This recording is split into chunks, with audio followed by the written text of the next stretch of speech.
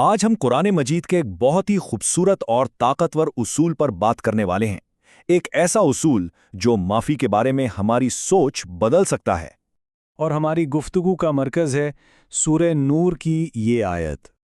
یہ کوئی حکم نہیں ہے، بلکہ یہ ایک بہت ہی پیاری، ایک بہت گہری دعوت ہے، ایک سوال ہے جو سیدھا دل پر اثر کرتا ہے۔ ٹھیک ہے، تو آئیے دیکھتے ہیں کہ آج ہم اس سفر میں کیا کیا سمجھنے کی کوشش کریں گے۔ تو سب سے پہلے اسی خدائی سوال پر بات کرتے ہیں، یہ انتخاب جو ہمارے ہاتھوں میں دیا گیا ہے۔ کہا جاتا ہے کہ معاف کر دینا بالکل ایسا ہے جیسے آپ جانتے ہیں موسم بہار کی وہ اچانک ہونے والی بارش کی طرح، یا جیسے بچپن میں ہم پتنگیں اڑاتے تھے اور ڈور چھوڑ دیتے تھے، ایک دم ہلکا پھلکا ہو جانا، اونچا اڑنا۔ یہ وہی غصے اور رنجش کا بوجھ ہے جسے ہم اتار پھینکتے ہیں۔ اچھا، اب یہاں ایک بہت ہی دلچسپ بات ہے۔ آیت میں معافی کے دو الگ الگ درجات کا ذکر کیا گیا ہے۔ ایک طرف تو ہے عفو، اس کا مطلب ہے کسی غلطی کو معاف کر دینا، سزا نہ دینا، یہ پہلا قدم ہے۔ لیکن صفح، ارے یہ تو اس سے کہیں آگے کی بات ہے۔ اس کا مطلب ہے صفائی پلٹ دینا، غلطی کو ایسے نظر انداز کر دینا جیسے وہ کبھی ہوئی ہی نہیں تھی۔ اور یہ صفا کا جو تصور ہے آئیے اسے ایک حقیقی اور سچی کہانی سے سمجھتے ہیں۔ کہانی شروع ہوتی ہے ایک گلی سے، چاروں طرف شور ہے، چور چور۔ ایک شخص نے ابراہیم ہادی کی موٹر سائیکل چرائی ہے اور بھاگ رہا ہے کہ ایک پڑوسی اسے گرا دیتا ہے اور اس چور کے ہاتھ میں چوٹ لگ جاتی ہے۔ لیکن پھر جب موٹر سائیکل کے مالک شہید ابراہیم ہادی وہاں پہنچتے ہیں تو وہ اس ڈرے سہمے زخمی چور سے کیا کہتے ہیں؟ وہ کہتے ہیں، جلدی سوار ہو جاؤ۔ ابراہیم نے صرف اسے معاف نہیں کیا، ذرا سوچئے، وہ اسے ہسپتال لے کر گئے، اس کے ساتھ مسجد میں نماز پڑھی، جب پتہ چلا کہ وہ بے روزگار ہے تو اس کے لیے نوکری تلاش کی، اور پھر ایک نئی زندگی شروع کرنے کے لیے اسے پیسے بھی دیے۔ یہ ہے صفا۔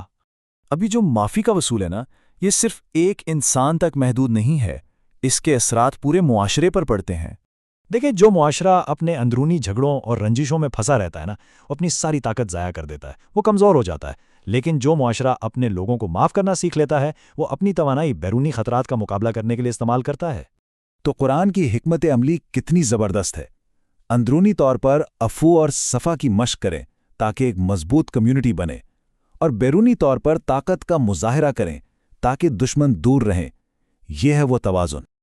اچھا، تو یہ بڑا اصول ہماری روزمرہ کی زندگی میں کیسے کام آتا ہے؟ ذرا تصور کریں، کسی ڈرائیور نے گاڑی کو ٹکر مار دی لیکن اس کے پاس مرمت کے پیسے نہیں ہیں، یا غصے میں شریک حیات نے کوئی تکلیف دہ بات کہہ دی، یا وراثت میں بھائی نے حق مار لیا، یا آپ سنتے ہیں کہ قریبی دوست پیٹھ پیچھے برائی کر رہا ہے، یا ایک ایسی صورتحال جہاں آپ کا ایک جملہ کسی کو تباہ کر سکتا ہے۔ ان سب جگہوں پر عفو اور صفا کا موقع ہے۔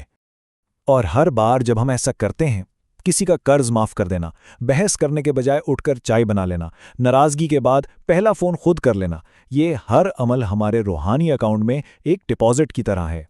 اور یہی بات ہمیں اصل نقطے پر واپس لاتی ہے، وہ خوبصورت، وہ محبت بھرا سودا جو اللہ نے ہمیں پیش کیا ہے۔ پورا تصور اسی ایک سوال کے گرد گھومتا ہے، کیا تمہیں یہ پسند نہیں کرتے کہ اللہ تمہیں معاف کر دے؟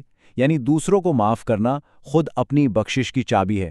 تو خدائی بخشش کی چابی ہمارے اپنے ہاتھوں میں ہے، اب یہ ہم پر ہے کہ ہم اس سے کیا کرتے ہیں۔ یہ تمام گہری باتیں سید محمد کاشف رضا کے خیالات سے متاثر ہو کر آپ تک پہنچائی گئیں۔